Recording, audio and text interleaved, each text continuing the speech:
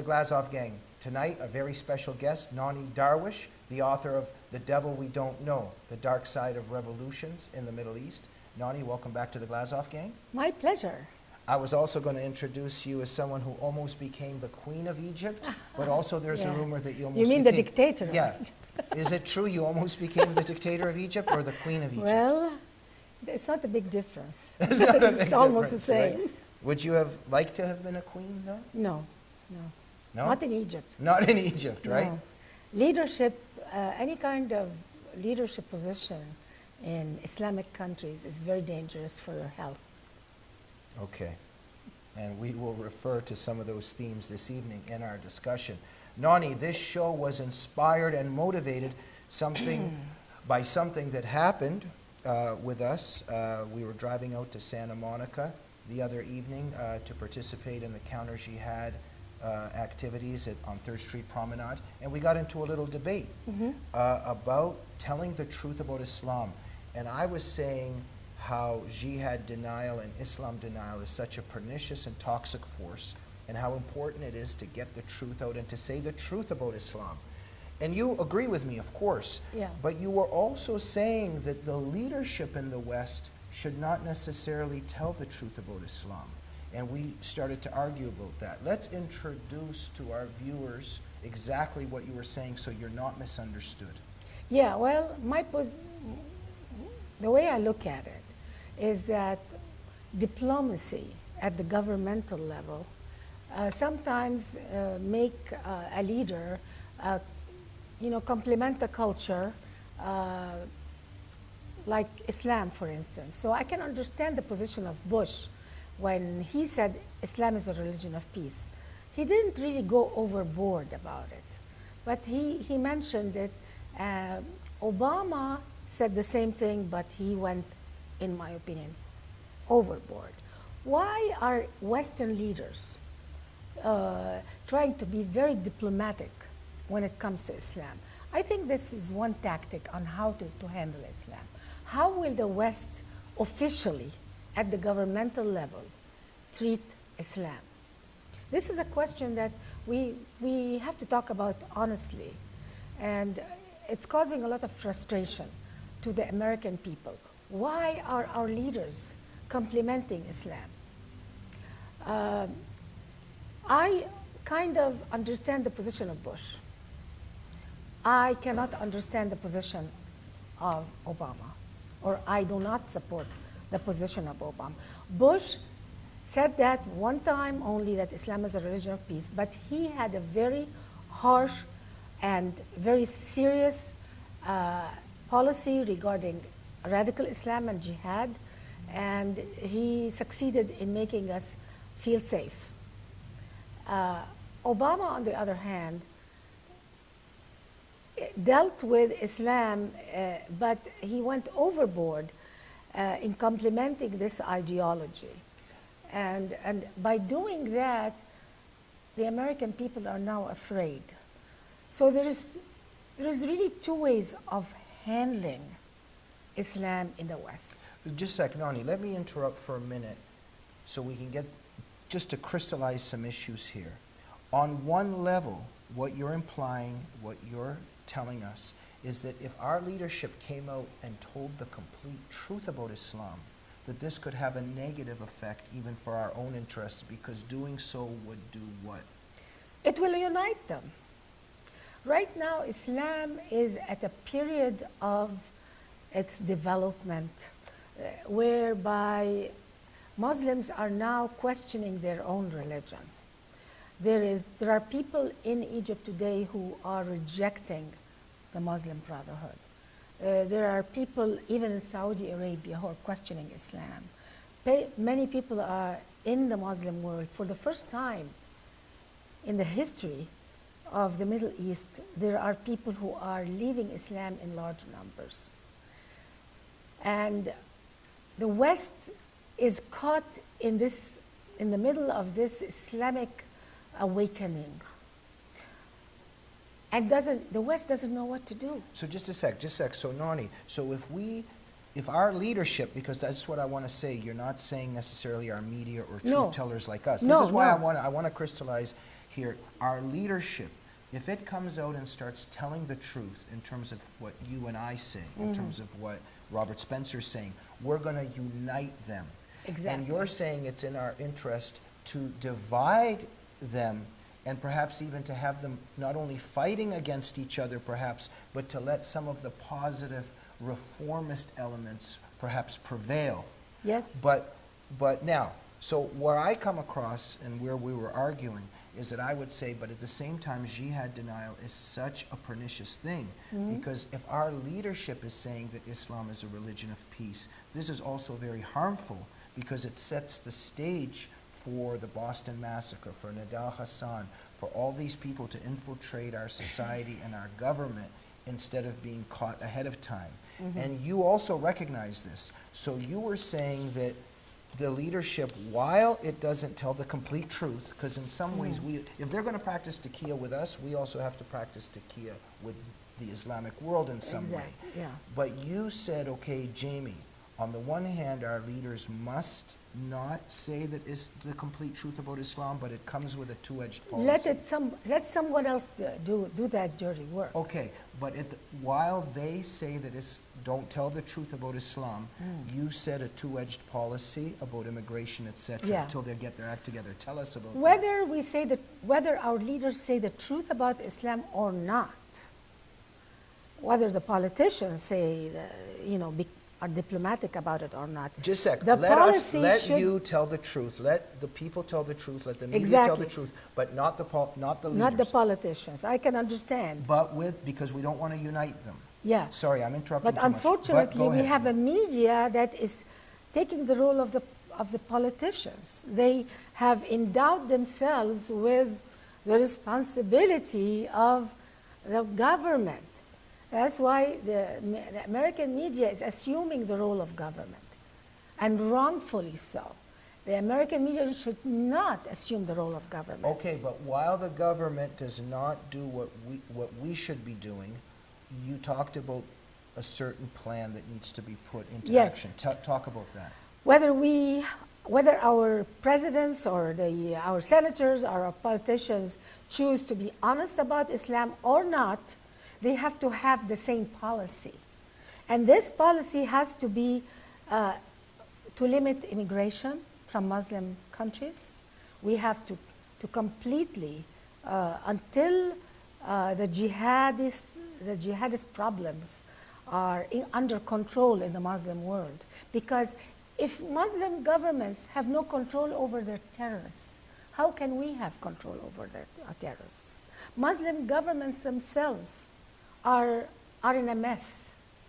The whole Middle East is a mess. How are we going to know who are the bad guys and who are the good guys? We have to put a temporary hold on immigration from the Middle East. And by immigration, I mean giving green cards. Let me see if I can summarize what you're saying. Our leaders do not tell the complete truth about Islam at the moment, because if they do, you will unite 1.5 billion or whatever it is people against us, which is an unnecessary thing to do. Exactly. Because obviously many Muslims... It will start their growth. Because they are, right now, Islam now is waking up after 1,400 years of sleeping. Right now, but Nonie, but while we do that also, while the leaders do that, also say we're cutting off immigration from your countries until you get your terrorism under control. So fine, Islam is a religion of peace, exactly. But until you show that peace, we're not letting any more immigrants in from your countries. We agree, let us politically, at the political level, agree that, okay, you say Islam is a religion of peace, and we agree with you. Fine. We believe what you say. It is a religion of peace. But right now, the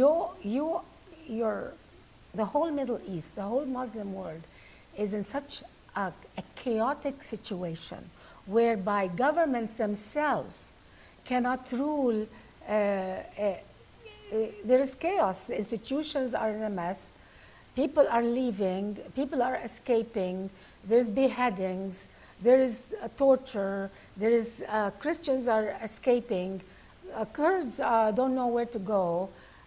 Christians and Jews are being terrorized. Okay. And until you are in control of your countries, Okay. we will allow immigration. Right We won't now, allow immigration. Yeah, We we won't, will okay. not allow. We will allow it when you're in Okay, control. Nonie. Because, and this is an honest and good reason for us. And I wish President Bush issued that right after 9/11. Oh. Right after 9/11, what I wish we would have done, and we at that time we could have gotten that we will have a moratorium on immigration from Islamic countries until they are in control of their population. And so this is one thing we should do. Okay, Nonie, thank you. Now, this is obviously lots of controversy around this issue. Whatever way we go, we are definitely in a conflict because now, what we always have to keep saying, and we don't have to say it because it's a given, but because of the way that the left structures the debate, they try to say that we're hating Muslims when we Racists. talk about Islam. They're conflating Muslims with Islam. One more time, we love all people, we love Muslim people. We are talking about Islamic ideology and the people who follow it. This is the problem. We're not talking about all Muslim people. Now, having said that, Nonie, now my argument would be if jihadists have declared war on us based on Quranic verses, it is very important for our leaders to tell the truth. Because if we don't face the truth and we engage in all these games, yes, there's a danger that we might unite the Islamic world against us, but the argument could be that if there's a war and if there's a conflict, let's get it on rather than engaging in this slow suicide. What would you say to that? Well, I agree with you. If I were President of the United States, I might have dealt differently from, or you, from President Bush. President Bush did not go overboard. Okay. We have elected, after 9/11, the American people have elected, after 9/11, a man who have promoted Islam instead of protecting Americans from Islam. I think Obama went overboard. Okay. This morning on the show on Fox Outnumbered, the psychologist Keith Abloh was a guest on the show, and I agree with what he said. This is what he said. Obama has it in for America. I believe him. Nonie, thank you. And let's get to that now with the several minutes we have left. But to crystallize your argument, you're saying that Bush may have had the right balance to a large degree, but there should have been more done in terms of protecting our security. He missed a few things. Obama's going overboard with complimenting Islam and lying about it. Empowering Islam. But your main point is we have to engage in our own taqiyya with them instead of them uniting completely against us. It's a tactic. But while we engage in this tactic of not telling the complete truth on the leadership level, engage in policies which protect us more. Exactly. Okay. I think this was done by Bush, and it was not done by Obama. Obama has opened the gates to the Islamic Trojan horse. And now let's talk about that. We have 3 minutes left. Nonie, you wrote a fascinating, profound article at front page, Not Destroying ISIS. And you asked a really great question. If Islam is a religion of peace, where are all these moderate, peace-loving Muslims killing ISIS terrorists for dishonoring Islam? Exactly. Because you have Muslims that, for instance, kill women for dishonoring Islam. Where are all the peaceful, loving Muslims killing ISIS terrorists for dishonoring Islam? Go ahead. Where are the moderate Muslim armies? Where are they? I mean, we have about 54 Muslim countries, 49 Muslim countries who are majority Muslim countries with armies, huge armies. Egypt has a huge army. Saudi Arabia, Iraq, in the area of Baghdad now, there is over 200,000 Iraqi military. Pakistan, all these Muslim countries who are telling us constantly, don't misunderstand us. We are Muslims. We are moderate. Don't judge us by what ISIS is doing or by what And today, Al-Qaeda is Turkey doing. bombs the Kurds instead of bombing ISIS. Yeah. So look at the military, all this Turkish military on the borders, seeing what ISIS is doing and Nonie, just I'm really, doing really sorry. nothing. We're running out of time. Why? Why? I'll tell you why. Because under Islamic law, Sharia forbids any Islamic leader or any Islamic army to go kill the first Islamic state. The ISIS is doing Allah's work in the eyes of many people in the Middle East. And it doesn't matter how many people they massacre. It doesn't matter how many people they behead. This is all going to be forgiven. And Muslim countries are afraid to attack They are ISIS afraid. because it's attacking Islam. If Saudi Arabia today sends its army to attack ISIS, I have no doubt that a lot of the Saudi soldiers will hand their armament to ISIS and join them.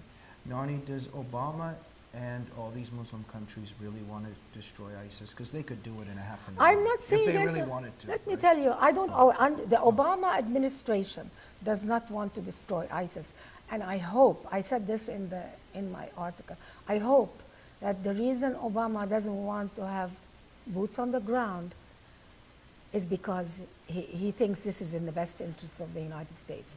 I don't think so. Which is to destroy the United States. I think Obama does not want to put boots on the ground because in his heart, he knows it's against Sharia. Very scary times, and not to trivialize this conversation and saying goodbye, but I'd rather do a high five with you because you're so cool. Nonie Darwish, thank you for coming on the Glazov Gang. Thank you for giving me the opportunity to be on the you for Glazov Gang. Thank you for telling the truth in Thank these you, very Jamie. scary times. Nonie Darwish, a hero and modern-day freedom fighter. Get her book, The Devil We Don't Know. And we'll see you next week on the Glazov Gang. Good night.